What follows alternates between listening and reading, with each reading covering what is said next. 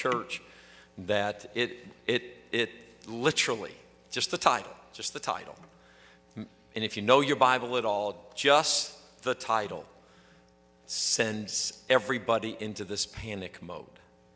But young ladies, I will tell you this, the hallmark of who you are is being 100% lady 100% of the time. I truly think the world has put our ladies into positions to where they just become things they shouldn't become. Like for instance, before I give you the verse we're going to go to, when somebody tells me, my mama is just a screamer. My mama's always screaming. When a teenager tells me that, you know what I always tell them? You made her that way. And then they'll say, I didn't make my mama a screamer. Yeah, you did. Yeah, you did. Because if you would have listened to her the first time, she would not have to raise her voice. It is not in keeping with a mother to eat her young. But your mother at times, okay, let's just be honest. If you want to raise your hand, you can. How many your mom has ever had to holler to get your attention? Would you raise your hand? Yeah, I'm raising both minds. You want to know why? It's because we didn't listen or we ignored her the first time. We were at camp when my son was about 7th grade, and I'd given him some money, and he had not brought me back my change. Y'all, there's nothing worse than a parent to give you money and you don't bring back the change. So he was standing at a crowded hallway. It was a hallway, a bunch of teenagers there. We were playing ping pong and carpet ball and eating nachos, but he had my change. I want my change back. And I said, I need to get his attention. And the guy that was with me said, Brother Bob, I'll go get him. I said, no, I can get him. They said, there's no way you're going to get him, and there's no way without you screaming that he's going to hear you. I said, that's not true. Watch this. I said, Jordan great. Jordan Blake great. That's as loud as I said it. And all of a sudden, Jordan stops. It's like a dog with a whistle. He starts looking around the room, and the guy next to me went, that was incredible. I said, watch, it gets even better. Jordan, right this way. Jordan, keep looking. Come on, son, look at me. And he's going like this, and finally he goes, and I said, come here. And he walked over, and it truly was. He was like, how did you do that? I said, because ever since he was a little boy, here was how we raised our children. It's not my job to get your attention. It's your job to always listen for my voice. And you are to be in tune with my voice. That regardless of what's going on around you, you know Dad's after you. We have a family whistle. And if you're in a store someplace, it's just, that's our family whistle. If you want to get my attention in a crowded room, you just go, and I'm done. I'm like, okay, a family member's trying to get a hold of me. I have a son-in-law, and I just acquired a daughter-in-law probably 7 months ago. And I told him, you ever want to get Dad's attention in a crowd? You just, and I'll stop. You got my attention. So I taught my grandchildren how to do that. Well, they can't whistle. They just go, woo. That's all they do. They're in a store someplace or whatever. So I was in a store, and all of a sudden I got separated from my wife, and so I heard the call, the mating call, the call. And so I was like, and so I thought, okay, she's on this aisle. So I walked around the aisle, turned and I went, hey, baby. It was another woman, and she was like, y'all got the same family call? And I was like, yes, but we had ours first. You got to change yours. I almost hugged a stranger. And so there are things, y'all, that as soon as you announce it, that you as ladies never lose your ladylikeness. And can I just be honest with you? I'm going to give you something from the Bible. So here's the title of today's lesson. Are you ready? Deuteronomy 22:5. One of the hottest verses in the Bible when it comes to ladies. It's a hot verse. It's a very controversial subject. I want everybody to turn there. Deuteronomy 22:5. I would start out by saying this, ladies, I don't think it's ever right to be crude to a lady. And I'm going to ask y'all just to sit up if you don't mind. And I know I put a lot of people to sleep, but I don't mean to put you to sleep. But Deuteronomy 22:5. I don't ever think it's right to be crude to a lady. I don't think it's ever right to be rude to a lady. Unfortunately, I don't think we teach enough what the Bible says. But let's look at Deuteronomy 22:5. Are you there? And before we read the verse, do you know it's harder for a lady to live for the Lord in our society than it is for a man? I am not looked at weird because I have short hair. That's where our society's at. I am not looked at weird because I wear a pair of pants. That's where our society has come from. When I walked out of the hotel this morning, nobody looked at me weird because I had a tie on, I had a sport coat on, I had dress shoes on. But I promise you this, to some degree, if you dressed like I did and you walked out in this get-up, people would kind of look at you because, you know, that's not the way it goes. Conversely, if you are always dressing like a lady 100% of the time and you do it the Bible way, the world is going to look at you a little bit like, okay, that's odd, that's weird. But there is a relation between how you dress and how you are treated. It just comes down to that. The respect level. And can I just tell you this at the very beginning? The respect level is based on the mystery level. Once you are mysterious in how you dress, in a dress and how you dress and how you act, it either brings about a mystery, which brings about an automatic respect. One day I was teaching some girls, and I said to them, "I'm going to give you a box. Now, in this box is something very, very valuable." I said it's valuable, it's breakable. I wrote fragile on the outside. And I dressed up the box and I put it in a very expensive looking little jewelry box, if you will. And I gave it to a guy and I said, now ladies, this is very fragile on the inside. And it was amazing how the guy took it. And I said, now, sir, it's very fragile. So he was helping me illustrate. And as he carried the box across the room, it was very interesting how he took his time in handling the box, because I said, no, it's something very fragile on the inside, so don't.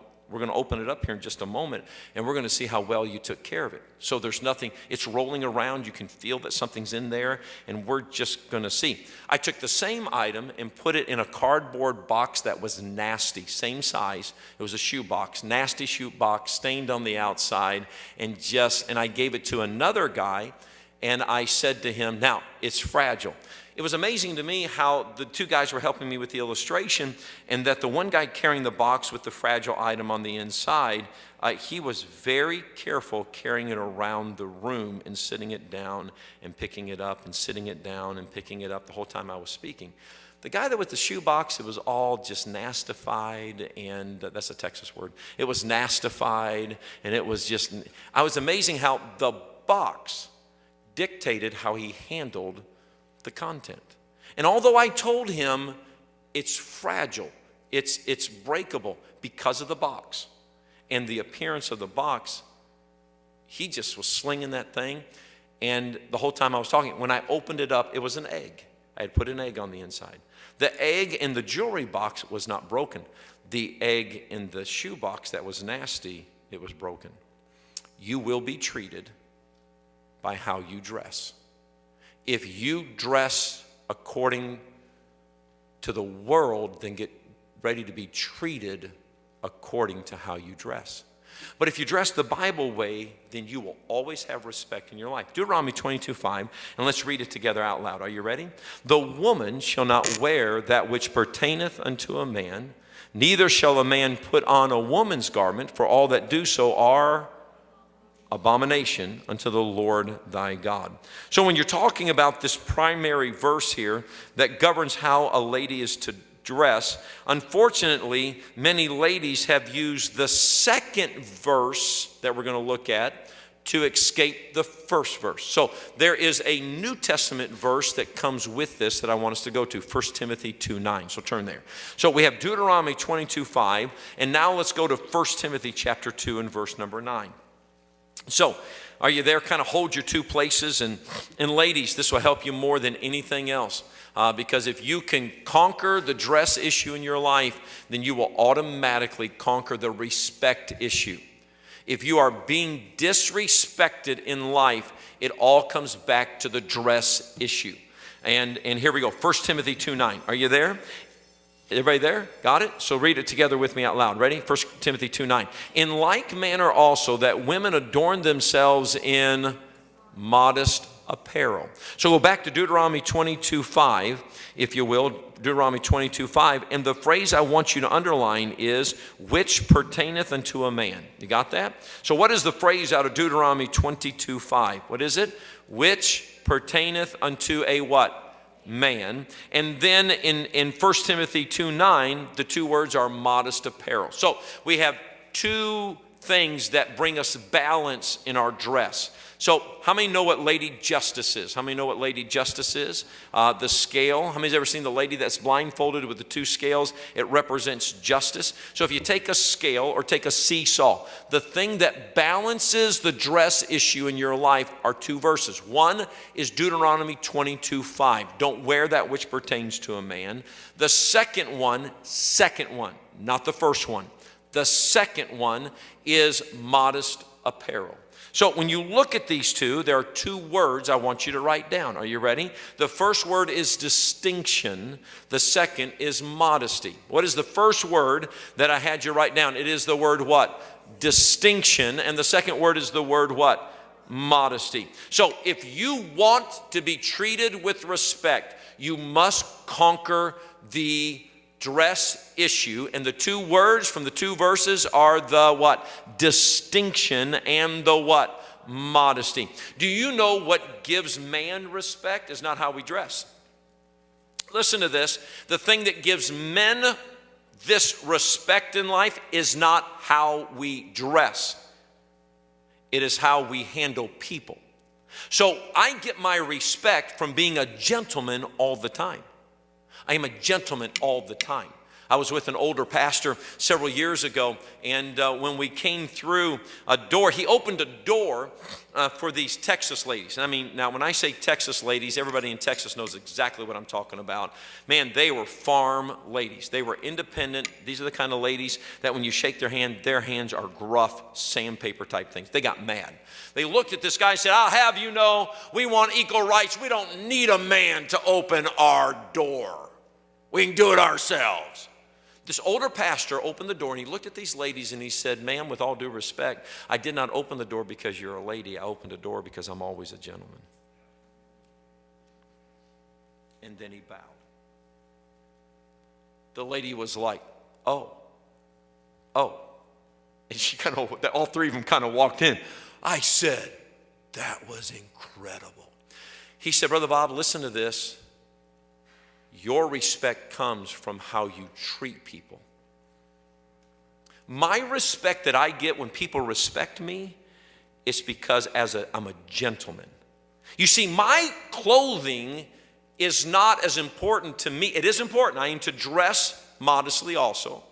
But when you look at the dress issue in the Bible, it primarily always goes to the lady, because how people treat you is the mystery that you bring to the table. And there is something about the mystery of a young lady that causes gentlemen to absolutely back up. Our tone is different. Our demeanor is different. How we look at you is different. But you have somebody that's not dressed right, our respect level does this. Always remember this while you're growing up, that how you dress will give you the respect you either deserve or don't deserve based on how you dress. And there's two verses that are bookends to this thing. One is Deuteronomy 22:5. Don't wear that which pertains to a man. The second one is modest apparel. Distinction and modesty. So let's go back to Deuteronomy 22:5. Let's go there. And I'm going to give you in the next 15 minutes how to look at this verse. The way you look at this verse is, number one, you have to take the feeling of the Lord into consideration. You see, primarily on this earth, it's how man looks. You're not a man. I don't know if you realize that or not. You're not a man. Somebody asked me the other day, Pastor, would you be honest with me? A couple of ladies in our church, and they were with their husbands, and their husbands were trying to explain to them. And they said, Pastor, could you be honest with me? I said, sure, honesty is what I do. I'm not quite sure you're going to be able to take it, but honesty is what I do. They said, Pastor, what is your opinion of ladies that don't dress right? And y'all, I was sitting here going, like, you want me to be very honest? I said, well, if they're dressed like me, then I treat them like a man. And if they show more skin, then I view them as a bad woman from the street. Because men have feelings about how you dress. How does God feel? Well, the verse tells us is one word, abomination. You see, this verse is not how man looks at you, it's how God looks at you. You see, this is all about deepening your relationship with the Lord. So I will tell you, first of all, you don't dress for man, you dress for God. I think a lot of times it's like, and Kelly came out the other day, and I'm very transparent. And the other day, Kelly came out, and she was wearing a new outfit, sporting a new outfit, and it was like a killer outfit. And I was like, that's a good-looking outfit. And I said, I like the color on you. But we determined a long time ago that she does not dress to please her husband. She dresses to please her God. And when she dresses to please her God, then guess what she always does? She always dresses to please her husband. And young ladies, right now, you cannot be at the mercy of the guy you're trying to hook and the guy you're trying to get to be your boyfriend. And if he says, oh, I like that outfit. No. You dress to please your God and you will be attractive to the right godly guy. And if you feel like I got to shorten the dress, I got to put on a pair of pants, I got to dress like the world dresses to get the right kind of guy. No. Dress for your God. Because God said when you violate the distinction, then that sickens me. Now, when you look at this verse, it is amazing. I want you to look at it. The woman shall not wear that. It comes to the woman first. The woman shall not wear that which, look what it says here, pertaineth unto a what? And then it stops. Well, every time I came across this verse, I thought to myself, why did it stop? Why did the verse stop? Pertaineth unto a man's what? It never mentions anything about clothes. Primarily, it says this, don't wear what a man would wear as it pertains unto what? And when you look it up in the Hebrew, it's a very incredible little phrase there, because it literally means that don't wear something that pertains to a man's ability to provide and protect. If the activity causes you to put on a man's apparel, God never meant for you to do the activity. Right. Good. You see, we have roles that are being crossed, and the role is what's causing you to dress like a man. But as long as you understand, oh, ladies don't climb trees. Oh, ladies don't jump out of airplanes. Now, when you say that kind of stuff in this day and time, all ladies go, what do you mean I can climb a tree in a skirt and be modest? Well, I can jump out of a plane and be modest. So if you truly dress like a lady, can we just y'all looking at me like a little bit weird, but if you truly dressed in a skirt like a lady, are you telling me you could jump out of a tree? I mean, jump out of an airplane without your skirt going,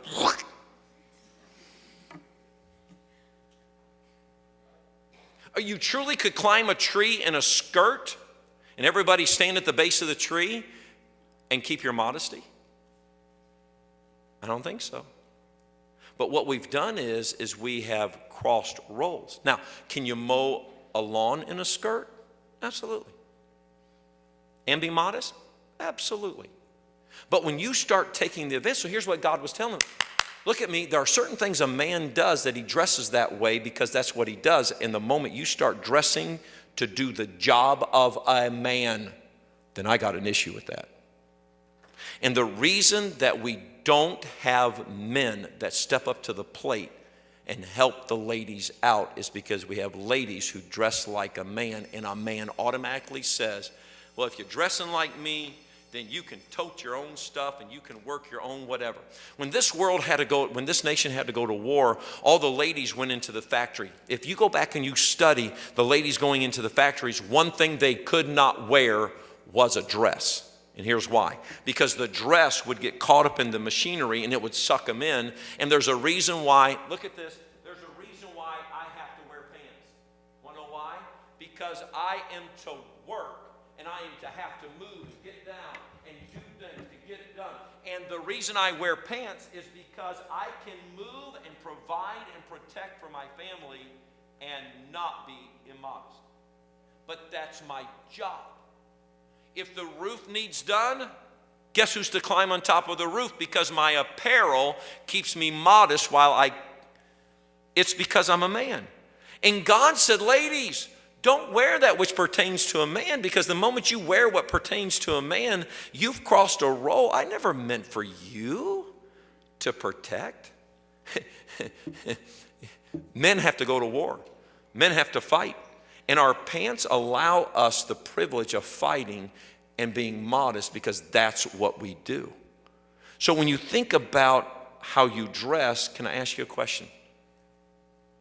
Are you dressing because you're doing a man's job?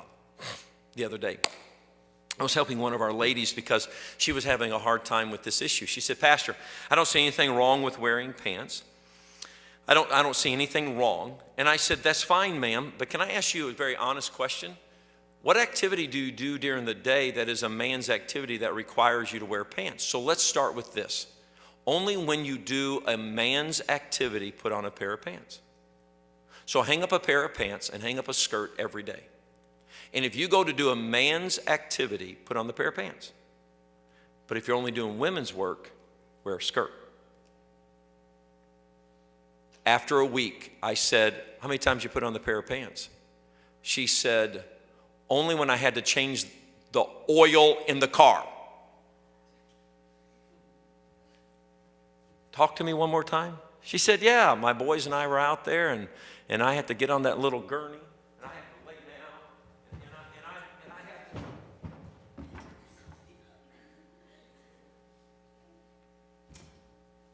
And I said, can I ask you a question?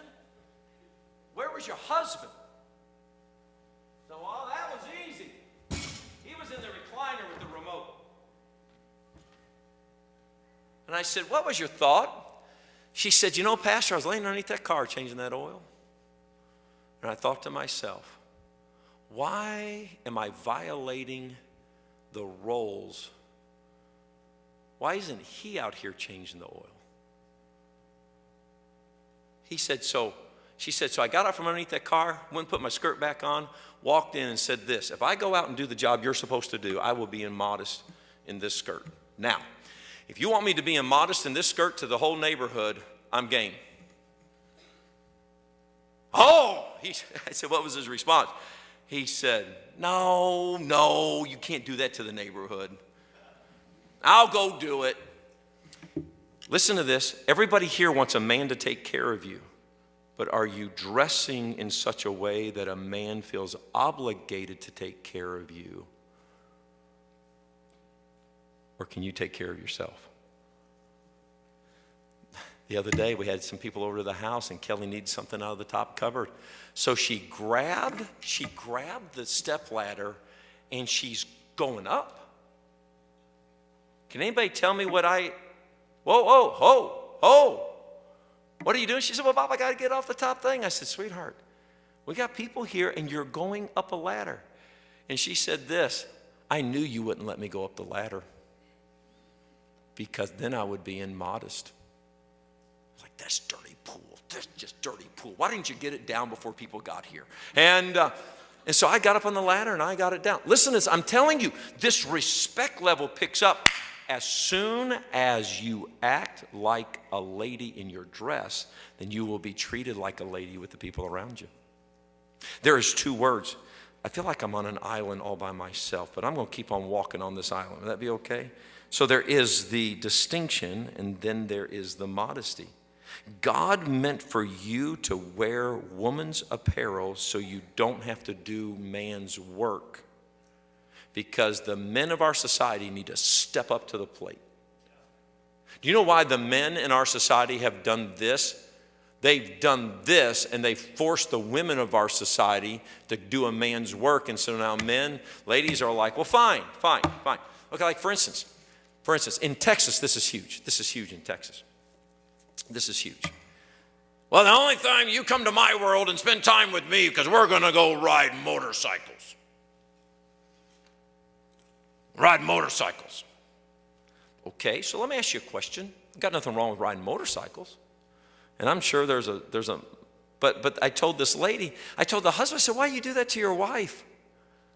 Why do you do that to your wife? She's putting on a pair of man's apparel to go ride a motorcycle so she can spend time with you. Why don't you go spend time with her in her world? Because you don't have to put on a skirt to go live in her world. Y'all, when I do the dishes, I don't put on a skirt. No, I do the dishes at my house. I fold the laundry at my house. I vacuum. I dust. I love that kind of stuff. But I told my wife the other day, my goal is to make sure you don't have to work at all when you come home. Sit on the couch, put your feet up, and enjoy life. Because listen to this, I can do all women's work without dressing like a woman, but women cannot do all men's work without dressing like a man.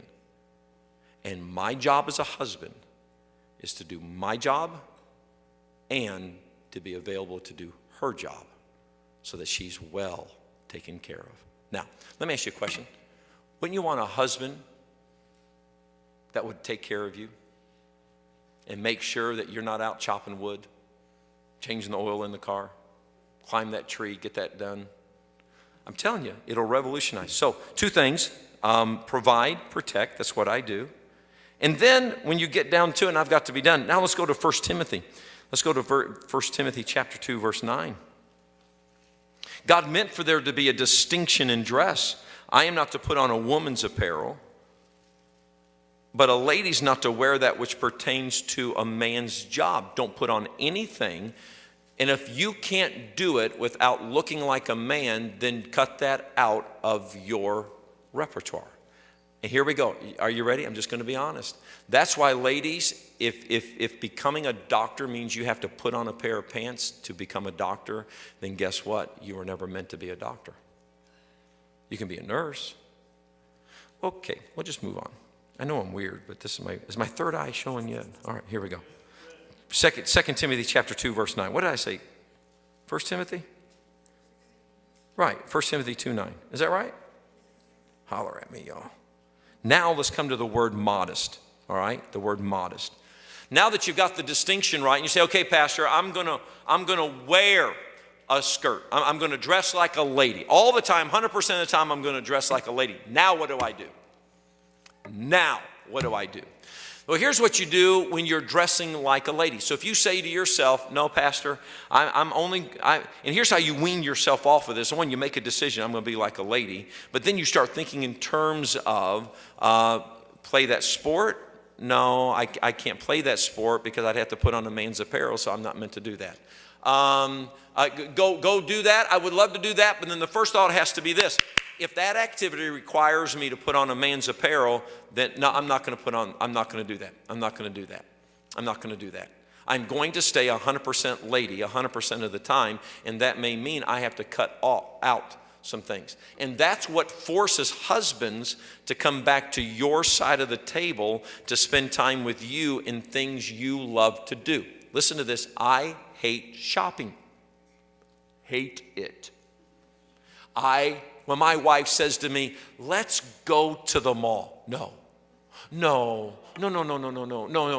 do that to me. No. Do you know, we buy, we don't shop. Y'all understand that? And the world has made it much easier. You just go on Amazon, you bam, and it shows up at your door 2 days later. You don't have to go anywhere. Nowhere.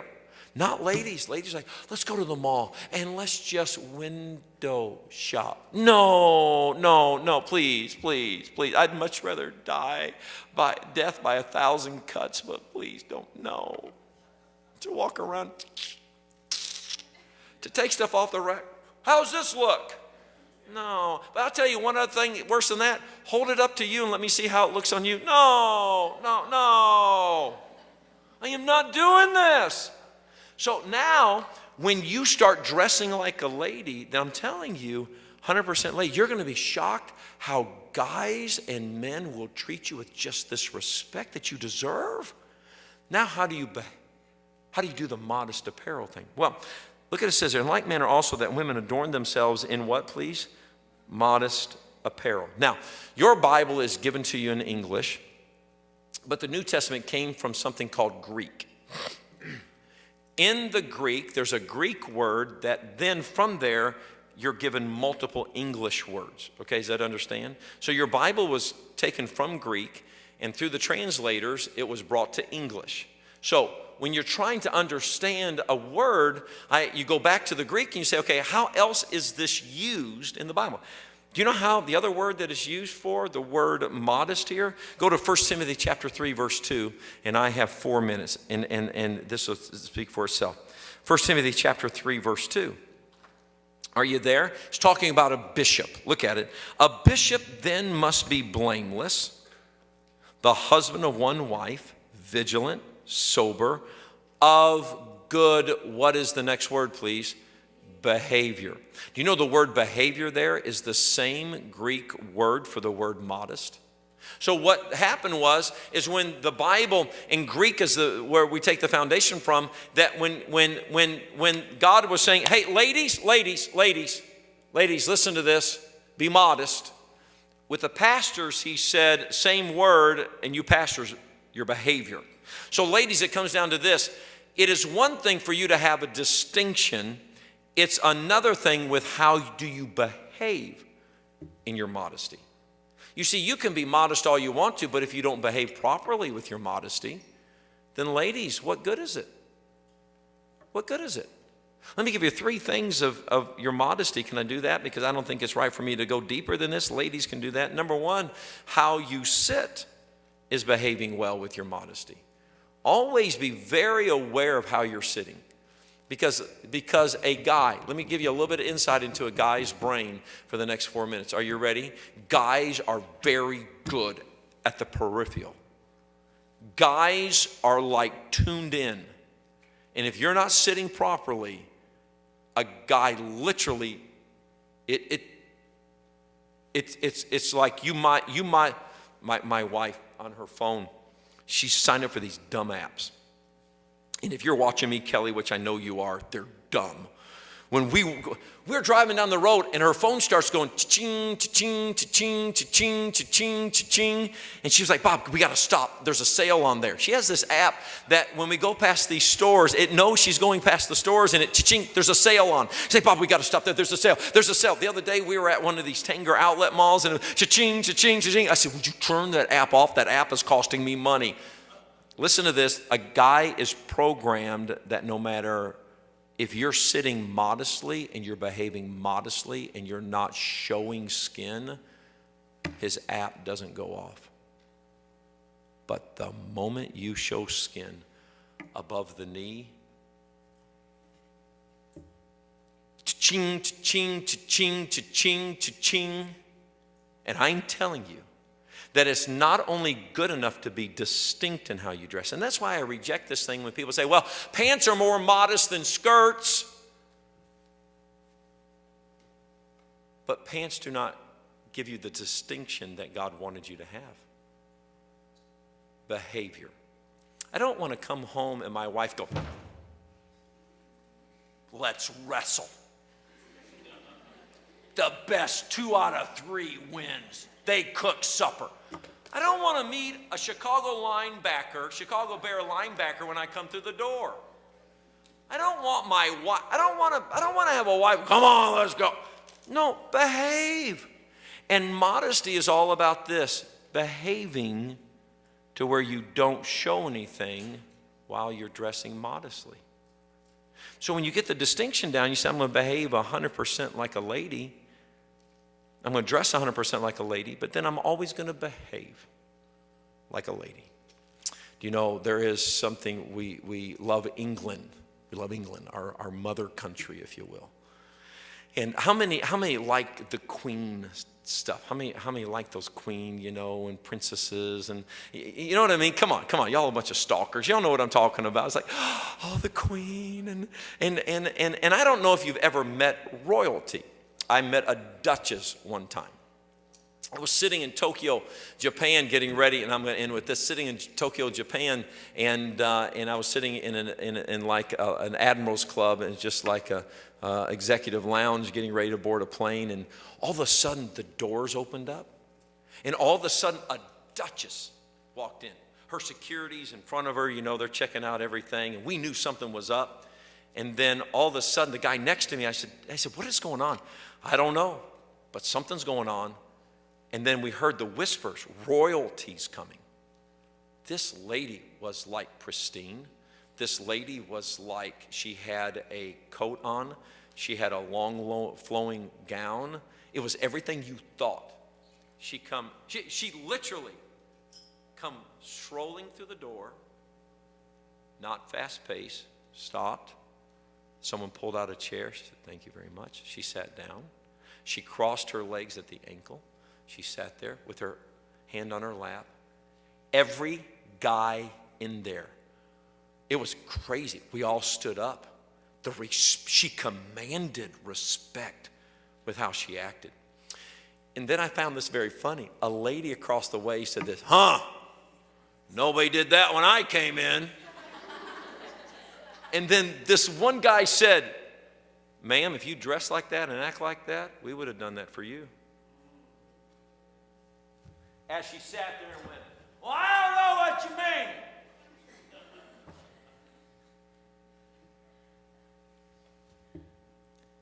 Do you want respect?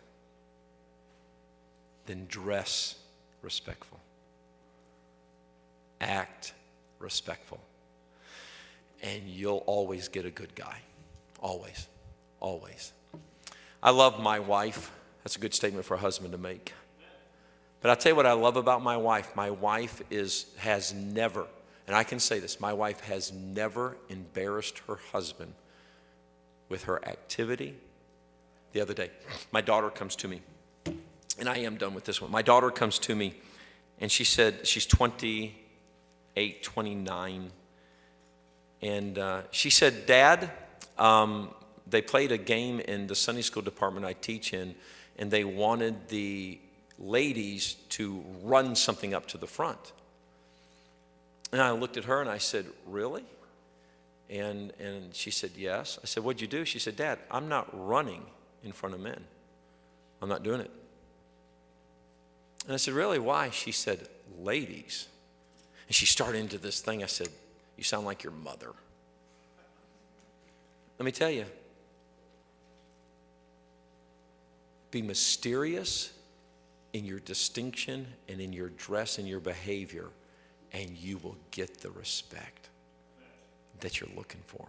So don't think that, I'm just gonna, I can dress any way. Yes, you can dress any way you want to. But God said, if you don't want to put in this position, then dress with distinction, and then dress in behavior. And what you're gonna find out is the treatment will go up around you. One last story. Are y'all ready? When I took Miss Kelly on a date, we got out, and I am done with this one. Brother Ross, you might want to come because I'm done.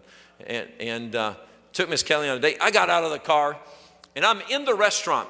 I thought she was right behind me. So I'm in the restaurant, and I'm going, yeah, there's two of us. And the lady looked at me and said, sir, I don't know how to tell you. There's only one of you. I said, no, my wife is. I'll be right back. I stepped out. And I'm looking at the car, and she's just sitting in the car. I'm like, come on. And she looked at me, and she went. I was like, come on. So she goes down her phone. My phone goes, ding. She says, I'm waiting on a gentleman to open my door.